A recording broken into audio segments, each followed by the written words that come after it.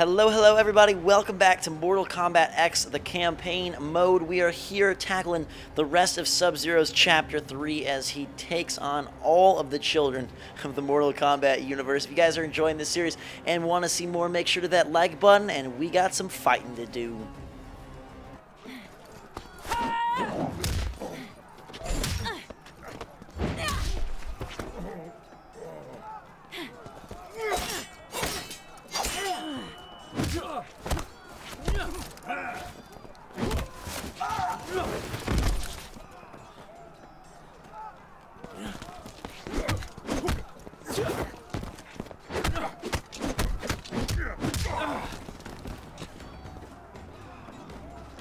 Feint. Bravo. Kung Jin, you should rally your companions rather than mock your superiors. I'll remember that, in case I ever meet one. I like his dragon bow and arrow staff thingamabob there. Sub-Zero seems to like it as well. Wanted to fight Kung Jin. He feigned like he was going down to Jackie, even though we beat Jackie last episode at the end, just so he could get a free stab at Kung Jin here. Ooh, the big hammer. Alright. Yes. A flashy ice ball. These guys are really fast. Like, all of them. Cassie, Jackie, Takeda, Kung Jin, they're all fast. I mean, I think it speaks to the fact that Mortal Kombat is just a freaking fast game. But the young'uns seem extra speedy, don't they? Yes! Flame and fire from the dragon's mouth, and we are going to finish round 1 in style. Can we get that X-ray we've been dreaming of for for Sub-Zero? I hope we get to be Scorpion soon. In the meantime, though, let's put Kung Jin in his place. I wanted to call him Takeda, but that was the guy from the last episode. There we go.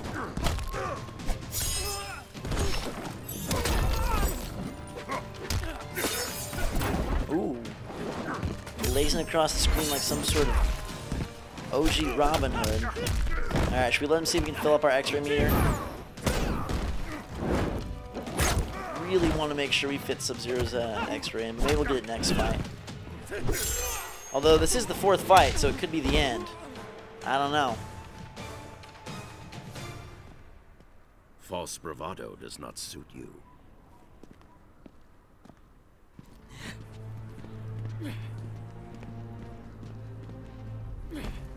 Any ideas? Sub-Zero, let's talk. That opportunity has passed. Got a new plan, Cage? You could have followed the old one, Jin. You're gonna catch hell if you kill us.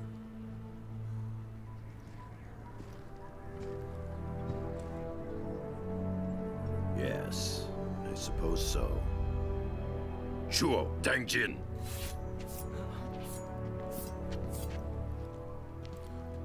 That worked? This was all a training exercise. Damn. I should have seen it.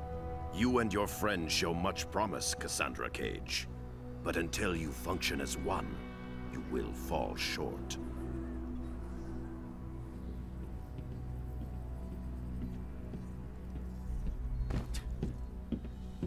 So other than that, you enjoyed your visit? The Lin Kuei shredded us. You maybe. I see plenty of frozen boot prints on your ass, too. Come on now. You're all winners in my book. New orders from General Blade. Priority 1, Outworlders. Here in Earthrealm. An invasion? Couldn't be. You're not afraid, are you, Mr. Cage? Outworlders, I can handle.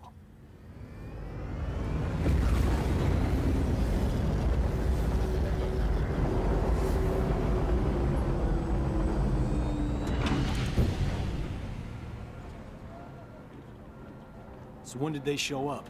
The portal opened by the docks a few hours ago. Nearly 5,000 in all. Refugees from the Outworld Civil War. Must be bad if they risked coming to Earthrealm. After you.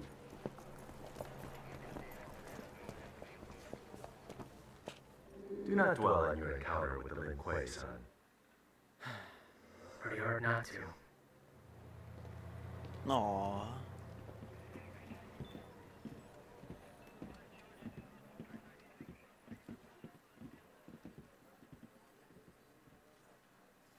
Thanks, Kenshi. Could you and Mr. Cage join us? Sergeant Cage, you and your team as you were. This is Li Mei. She seeks asylum for her people in Earthrealm. Our village, Sundo, was the epicenter of a fierce battle. We barely escaped with our lives. Such is war. I mean, no offense, but you Outworlders kind of live for that, right? This was different.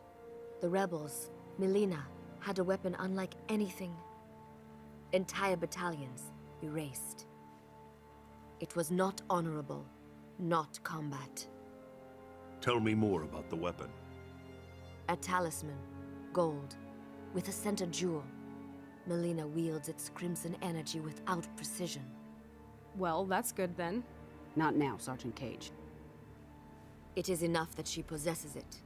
It turns the tide in her favor. The Emperor grows desperate, and those caught in the middle pay the price. If this talisman is what I suspect it to be, we may all pay a price. We talking about Shinnok's amulet? Can't be. The base, the vault, your wardings. SF, Shaolin, no way anyone can get past all that. I must be certain.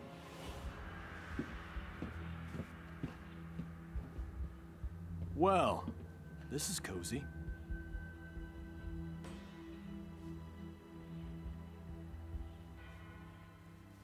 You remind me of an Earthrealmer who crossed over with us.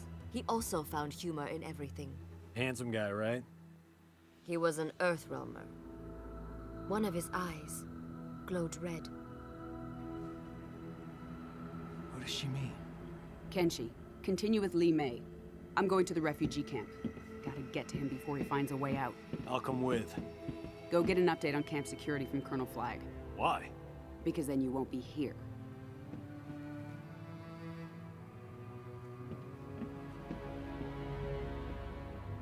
Are we with you? No. I need to confirm with Kotal Khan that Li Mei's story is true. You and your team are going to Outworld.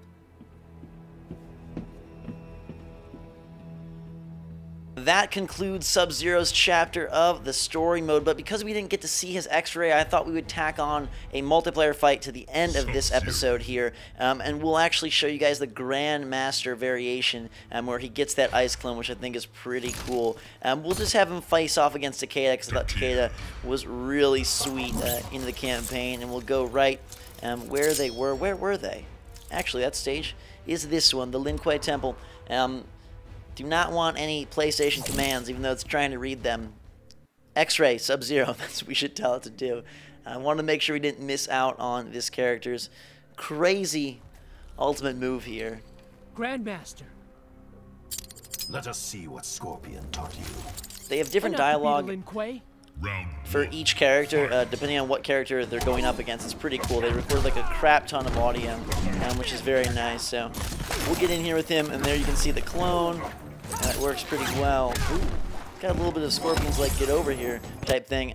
You'll notice different from the last Sub-Zero we played as, since this one's Grandmaster Sub-Zero. He does have the Ice Clone and the Clone Toss as special moves exclusive to this variation. That's why you see the symbol next to those attacks. So we can easily bring out this Ice Clone right here, like, well, he went right through it, but we could do that, and he can throw through it. And then we'll get the X-Ray, and you can see what kind of pain he inflicts by squeezing organs and jabbing a giant ice pick through Takeda's eye. That's nasty. We'll finish this round off just so you guys can get an idea of the different variations of Sub-Zero and how they can come into play. I'm just getting a little greedy with that. There we go. You throw it. Looks pretty darn sweet. Quick win in round one for the Grandmaster himself. What do you guys think of the campaign so far? I'm curious to know your thoughts on Mortal Kombat's storyline. It's always like, it's interesting because I think of all fighting games, Mortal Kombat by far does story mode the best. Super Smash Brothers, the Subspace Emissary mode was really cool, but they took that out from the latest version, so it's not even an option really anymore. Mortal Kombat 9 and now 10 both have like out-of-this-world epic stories, even if they make, you know, minimal sense half the time. Being able to play through all the characters, switch characters, it's something that I wish more fighting games would dabble with. instead of just like a traditional mode. Like this gives you a lot more context for the fights.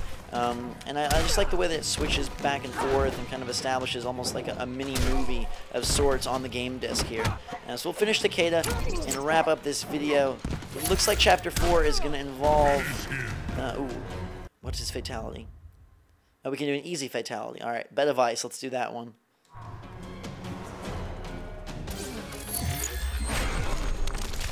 Oh my god. Holy crap, that's nasty. Oh, the eyeball pop. Well, I'm kind of glad and also kind of sad that we zoomed out to a multiplayer match. You guys get a fatality, but I just about lost my lunch. Till next time, everybody, we'll find out who is representing us in Chapter 4 when we return. If you guys are excited for that one, make sure to hit that like button. I got to get this screen off my screen. That popped eyeball is kind of... It kind of reminds me of Gary from SpongeBob now in a weird way, so maybe it's not all that scary. Either way, drink so much, all guys and girls, and until next time, thanks again, and we will see you all later.